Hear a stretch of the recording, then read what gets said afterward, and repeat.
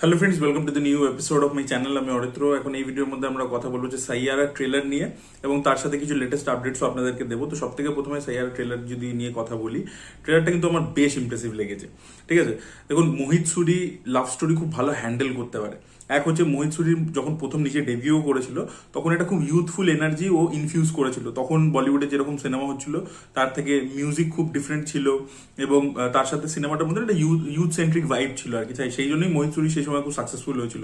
যেমন টিপিক্যাল বলিউডের থেকে একটু সরে, ডেফিনেটলি সেগুলো ওয়েস্ট থেকে ইনফ্লুয়েন্স ছিল, বাট সেই জিনিসটা মোহিত সুরি শুরু করেছিল। এবং মোহিত সুরি একটা ভালো জিনিস কি, যে এত বছর হয়ে যাওয়ার পরবর্তীতে সে তো অনেকটাই বয়স হয়ে গেছে, অনেকদিন ধরে ছবি বানাচ্ছে, বাট তা সত্ত্বেও কিন্তু আজকে সাইয়ারার ট্রেলার দেখে মনে হচ্ছে না যেটা কোনো এজেড ডিরেক্টর ছবিটাকে বানিয়েছে। ঠিক আছে, মানে সেই ফ্রেশনেসটা কিন্তু আছে। তো ওই জিনিসটা কিন্তু ওর নিজের ছবির মধ্যে রিটেন করতে পেরেছে, যেটা খুব ভালো ব্যাপার। এবার এই ট্রেলারটা কিন্তু আমার প্রমিসিং কি কারণে লেগেছে, সব থেকে প্রথম হচ্ছে যে লিড, এই যে নতুন একটা ছেলে মেয়েকে যখন এটা লাভ স্টোরির মাধ্যমে লঞ্চ করা হয় তাদের পারফরমেন্সটা কিরকম হচ্ছে। ধর্মার ম্যাক্সিমাম ছবি ফেল করে বিকজ যে লিড যাদেরকে নিচ্ছে, ধরুন সাপোজ ইব্রাহিম আলী খান, কনভিনসিংই নয়, মানে গলার আওয়াজটা এআই দিয়ে মডিফাইড। ঠিক আছে, অভিনয়টা কিরকম করছে, কোনো এক্সপ্রেশন নেই, কোনো করতে পারছে না। সেই তুলনায় আমি বলবো এই যে আহান পান্ডে, একে যে কাস্ট করা হয়েছে, প্রত্যেকটা গান এর আগে তো মানে ট্রেলারের আগে তো আমরা গান ইত্যাদি দেখতে পেয়েছি, প্রত্যেকটাতে কিন্তু তার পারফরমেন্স খুব ভালো এবং ট্রেলারেও তার দেখুন পারফরমেন্স কিন্তু যথেষ্ট ভালো লাগছে। যে রেজ ফুলওয়ালা সিন, ওর প্রথম সিনটাই আর কি দিয়েছে, যে ক্যারেক্টারটা খুব রেজ। ঠিক আছে, ও আর কি মিউজিশিয়ান হতে চায়।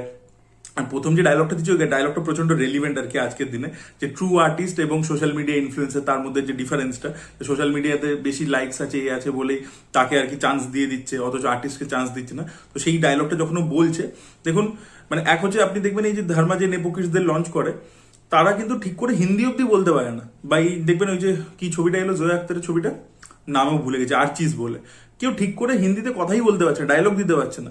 সেই তুলনায় এখানে আহান পান্ডেকে দেখুন, এর পারফরমেন্স কিন্তু যথেষ্ট ভালো লাগছে, হিন্দিতে প্রপারলি ডায়লগ দিয়েছে, দেখতেও ভালো লাগছে এবং একটা খুব ন্যাচারাল ব্যাপার আছে পারফরমেন্সটার মধ্যে, সেটা আমার খুব ভালো লেগেছে।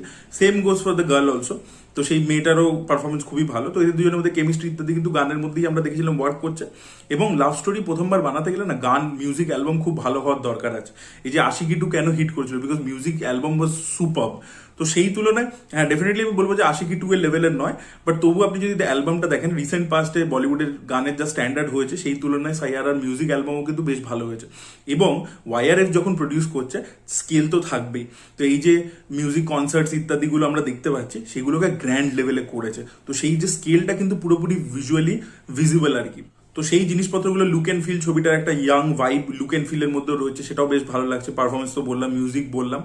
এবার দেখার মতো বিষয় হচ্ছে এটাই যে এই ছেলেটার মেয়েটার মধ্যে কনফ্লিক্টটা কি নিয়ে হবে, কি নিয়ে ঝামেলাটা হবে। বিকজ আমরা প্রথমে দেখতে পাচ্ছি ছেলেটা একজন অ্যাসপায়ারিং আর কি রকস্টার, এবং মেয়েটার সাথে আলাপ হচ্ছে, মেয়েটার লিরিক্স লিখছে, দুজনের মধ্যে ধীরে ধীরে বন্ডিং তৈরি হচ্ছে, প্রেম হচ্ছে, সবকিছু ঠিক আছে। কিন্তু তারপরে ওদের মধ্যে একটা ঝামেলা হচ্ছে, মেয়েটা কিন্তু, ছেলেটা সাকসেসফুল হচ্ছে, ছেলেটা কিন্তু আশিকির মতো নিজেকে ধ্বংস করে ফেলছে না, দেবদাস হয়ে যাচ্ছে না, ছেলেটা কিন্তু প্রচন্ড সাকসেসফুল হচ্ছে। মেয়েটাকে আমরা দেখতে পাচ্ছি যে মেয়েটা হয়তো বিয়ে করে নিয়েছে, যে দেখবেন ট্রেলার একদম শেষের দিকে দেখায় মেয়েটা হয়তো বিয়ে করে নিয়েছে, সাধারণ একটা জীবনযাপন করছে। মেয়েটা উল্টে এখান থেকে দূরে চলে যাচ্ছে, এই গ্ল্যামার ওয়ার্ল্ডের থেকে। এবং একটা জায়গাতে আমরা দেখতে পাচ্ছি মেয়েটা ছুরি নিয়ে ওকে আর কি বলছে, দূরে যা, আমার থেকে দূরে যা। তো কেন মেয়েটা এখান থেকে সরে এলো, কি নিয়ে এদের দুজনের মধ্যে কনফ্লিক্ট, আদৌ রেজলিউশনটা কি হবে, সেই ব্যাপারগুলো ইন্টারেস্টিং হতে হবে। সেটা যদি খুব টিপিক্যাল হয়ে যায়, যেটা আমরা আগে দেখে ফেলেছি, তাহলে কিন্তু প্রবলেম হয়ে যাবে। এই ধরুন লাভ টুডে বলে ছবিটা, ওটার ইউএসপিটা কি, যে ছেলেটার মেয়েটার মধ্যে কনফ্লিক্টটা কি নিয়ে, এটা মোবাইল নিয়ে। তো সেইটাই আর কি ইউএসপি হয়ে গেছিল, সেটা আর কি ফ্রেশ লেগেছিল। বা আপনারা অনেক সময় দেখবেন এই হাই নানা বলে ছবিটা, হাই নানা তো একটা ওল্ড স্কুল লাভ স্টোরি, কিন্তু আর এই যে মেমোরি, লোকে ভুলে যাচ্ছে, এরকম টাইপের গল্পও কিন্তু আগে হয়ে গেছে, কিন্তু ওরা সেই ব্যাপারটাকে একটা ফ্রেশ টেক দিতে পেরেছে। তো এই যে গল্প, লাভ স্টোরি গল্প তো মানে লাভ স্টোরি খুব ইনোভেটিভ জনরা নয়, কিন্তু তার মধ্যে আপনি কিভাবে গল্পটা বলছেন সেটার উপর অনেকটা কিছু দাঁড়িয়ে আছে আর কি। যে কি অ্যাঙ্গেল নিয়ে আসছেন, কিভাবে ওটাকে ঘুরিয়ে খেলছেন, কিভাবে কখন কোন ইনফরমেশনটা দেখাচ্ছেন। হাই নানাতে যেরকম ইন্টারভেলে রিভিল করে যে এই মুনালি অ্যাকচুয়ালি ওর মা, মানে ওই ব্যাপারটা যে সুন্দর করে রিভিলেশনটা ছিল, সেই ব্যাপারগুলোর উপর দাঁড়িয়ে আছে জিনিসটা। দেখা যাক সেটা কিভাবে করে, বাট এখন অব্দি ট্রেলারটা কিন্তু বেশ প্রমিসিং লাগছে। মানে মনে হচ্ছে না এই ছবিটা হলে গিয়ে দেখবো। আপনাদের কেমন লেগেছে ট্রেলারটা অবশ্যই কমেন্টে জানাবেন। এবার যদি আমরা লেটেস্ট আপডেটসগুলো নিয়ে কথা বলি, প্রথম মানে দুটো আপডেট রয়েছে অ্যাকচুয়ালি SSMB 29 কে কেন্দ্র করে। তো প্রথম হচ্ছে অগস্টে মহেশ বাবুর জন্মদিন, সেই উপলক্ষে এই ছবির যে টাইটেল এক্স্যাক্টলি কি হবে সেটা একটা লঞ্চ রাখা হবে আর কি। এবং শোনা যাচ্ছে জেমস ক্যামেরুন নাকি এখানে চিফ গেস্ট হতে চলেছেন। ইয়েস, তিনি নাকি ইন্ডিয়া আসবেন, তিনি এই ইভেন্টে চিফ গেস্ট হতে চলেছেন। এটা একটা দারুণ ব্যাপার। আপনারা জানেন জেমস ক্যামেরুনের সাথে এস এস রাজামৌলি খুব ভালো সম্পর্ক, বিকজ যখন অস্কারের ক্যাম্পেইন করতে তারা গেছিল, আলাপ হয়েছিল, ভিডিওস তাদের একসাথে হয়েছিল, এবং পরবর্তীকালে আমরা দেখেছি তাদেরকে একসাথে ইন্টারভিউ করতে, ইভেন যে রাজামৌলি স্টিভেন স্পিলবার্গের সাথে ইন্টারভিউ ইত্যাদি করেছে। তো সেগুলো খুব বড় ব্যাপার। তো দেখা যাক জেমস ক্যামেরুন আলটিমেটলি ইন্ডিয়া আসে কিনা। আপনাদেরকে বলে রাখি, আর্নল্ড সোয়াজনার কিন্তু আই ছবির সময়, সেই সময় কিন্তু এসেছিল ইন্ডিয়াতে এবং এসে শঙ্করের সাথে বসেছিল, করেছিল। তো সেই ভিডিও আপনারা ইউটিউবে দেখতে পারেন। তো দেখা যাক এবারে জেমস ক্যামেরুন এত বড় ডিরেক্টর আসেন কিনা। এটা গেল একটা আপডেট। পরবর্তী আপডেটটা হচ্ছে যে আর মাধবন এখানে আমাদের মহেশ বাবুর বাবার চরিত্র প্লে করছে। অ্যাকচুয়ালি বেসিক্যালি এই রোলটা প্রথমে চিয়ান বিক্রমকে অফার করেছিল রাজামৌলি, বাট চিয়ান বিক্রম করতে রাজি হননি। তো তাই জন্য রোলটা এখন চলে গেছে মাধবনের কাছে। চিয়ান বিক্রম এই ছবির পার্ট নন, মাধবন কিন্তু এই ছবির মধ্যে মহেশ বাবুর বাবার চরিত্র করছে। এই দুটো আপডেট ছিল SSMB 29 কে নিয়ে। এর পরবর্তী আপডেট হচ্ছে এইচ বিনোদকে নিয়ে, যিনি জানা নায়কন ছবিটা বানাচ্ছেন বিজয়কে নিয়ে। তো এর পরবর্তীতে শোনা যাচ্ছে ঠিক এর পরবর্তীতে তিনি একটা ছবি করবেন হচ্ছে ধানুষের সাথে। ছবিটা লক হয়ে আছে। 7 স্ক্রিন স্টুডিওস, যারা লিও প্রডিউস করেছিল, তারা এই ছবির প্রডিউসার, এবং স্যাম সিএস এই ছবির মধ্যে মিউজিক দেবেন। তো ধানুষের বিশাল বড় পাইপলাইন, প্রচুর ছবি রয়েছে, এবং সেই কারণে অনেক ছবি কিন্তু হোল্ডও হয়ে আছে। দেখা যাক এই ছবিটা কবে চালু হয়। এর পরবর্তী আপডেটটা হচ্ছে জেমস গানের সুপারম্যান ছবিটাকে নিয়ে, যেটা এই শুক্রবার মুক্তি পাবে।